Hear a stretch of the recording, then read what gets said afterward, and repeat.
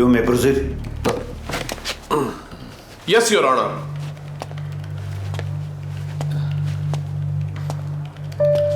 പ്രതി എന്ന് ആരോപിക്കപ്പെടുന്ന എന്റെ ഈ കക്ഷി കുറ്റം സമ്മതിച്ചതിനാൽ അദ്ദേഹം അല്ല കുറ്റം ചെയ്തത് എന്ന് സമർത്ഥിക്കാനല്ല ഞാൻ ഇവിടെ നിൽക്കുന്നത്. പക്ഷേ അതിലൊരു ചോദ്യം ഒളിഞ്ഞു കിടപ്പുണ്ട്. ഈ നിൽക്കുന്ന എന്റെ കക്ഷിയാണോ കുറ്റക്കാരൻ, അതോ എന്റെ കക്ഷി മാത്രമാണോ കുറ്റക്കാരൻ? ഇത് ബോധിപ്പിക്കുന്നതിനായി രണ്ടുപേരെ വിസ്തരിക്കാനുള്ള അനുവാദം തരണമെന്ന് ഞാൻ ബഹുമാനപ്പെട്ട കോടതിയോട് താഴ്മയായി അപേക്ഷിക്കുന്നു. You may proceed. Thank you, Your Honor.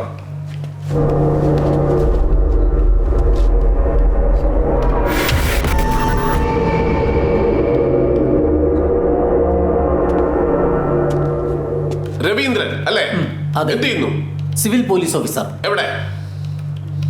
City centre zone. Your Honor, the witness is a police officer.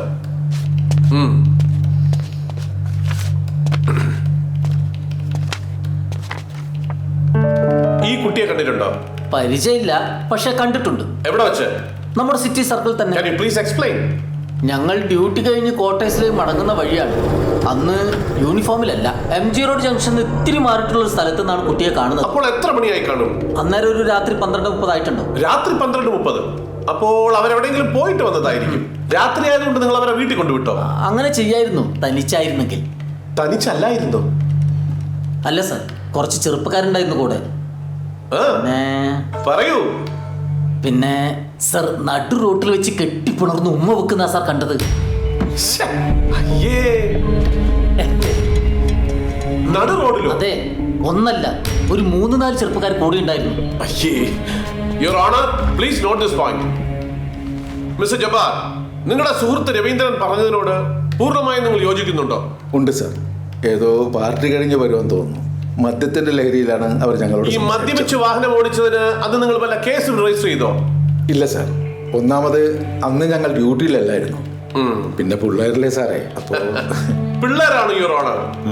പുതിയ തലമുറയിലെ പിള്ളേർ പാതിരാത്രിക്ക് മദ്യപിച്ച് സദാചാര പരിസര ബോധമില്ലാതെ നടു റോട്ടിൽ ചുംബിക്കുന്ന യൗവനത്തിന്റെ പേരാണ് ന്യൂ ജനറേഷൻ.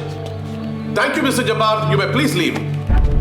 യുവർ ഓണർ, ഇവിടെയാണ് ഞാൻ നേരത്തെ ചോദിച്ച സുപ്രധാനമായ ചോദ്യത്തിന് പ്രസക്തി ഉണ്ടാവുന്നത്.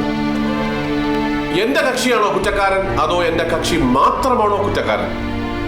കൊല്ലപ്പെട്ട ഈ പെൺകുട്ടിയുടെ ബാക്ക്ഗ്രൗണ്ട് പരിചയപ്പെടുത്താനായി ഞാൻ അങ്ങയുടെ അനുവാദം ചോദിക്കുകയാണ്.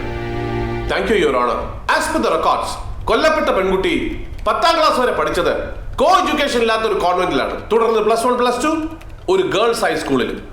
അച്ഛനോ അടുത്ത ബന്ധുക്കളോ ഇല്ലാത്ത തന്റെ ജീവിതത്തിൽ അന്നേ വരെ ഒരു ആൺകുട്ടിയുമായിട്ട് ഒരു ക്ലാസ് മുറിയിൽ പോലും സഹവസിക്കാത്ത ഒരു പെൺകുട്ടിക്ക് ആണെന്ന വർഗത്തിനോട് തോന്നാവുന്ന കൗതുകം തികച്ചും സ്വാഭാവികം. എന്നിട്ട് അവൾ കോളേജിൽ ജോയിൻ ചെയ്ത കൊല്ലം മറ്റു ബ്രാഞ്ചസിൽ സീറ്റ് അവൈലബിലിറ്റി ഉണ്ടെന്ന് അറിഞ്ഞുകൊണ്ട് തന്നെ പൊതുവിൽ ആൺകുട്ടികൾ മാത്രം പഠിക്കുന്ന മെക്കാനിക്കൽ എഞ്ചിനീയറിംഗ് തിരഞ്ഞെടുക്കുകയും അതും അറിഞ്ഞുകൊണ്ട് തന്നെ പഠിക്കാൻ തീരുമാനിക്കുകയും ചെയ്തത് സ്വാഭാവികം. പക്ഷേ അതേ ആൺകുട്ടികളുമായി അർദ്ധരാത്രി അസമയത്ത് നടുറോട്ടിൽ മാറി മാറി പരസ്പരം ചുംബിക്കുകയും കെട്ടിപ്പിടിക്കുകയും ചെയ്യുന്നതിലെ അസ്വാഭാവികത എനിക്കെന്നല്ല, ഈ കോടതിയിൽ ഇരിക്കുന്ന ഒരു മനുഷ്യനും മനസ്സിലാവില്ല.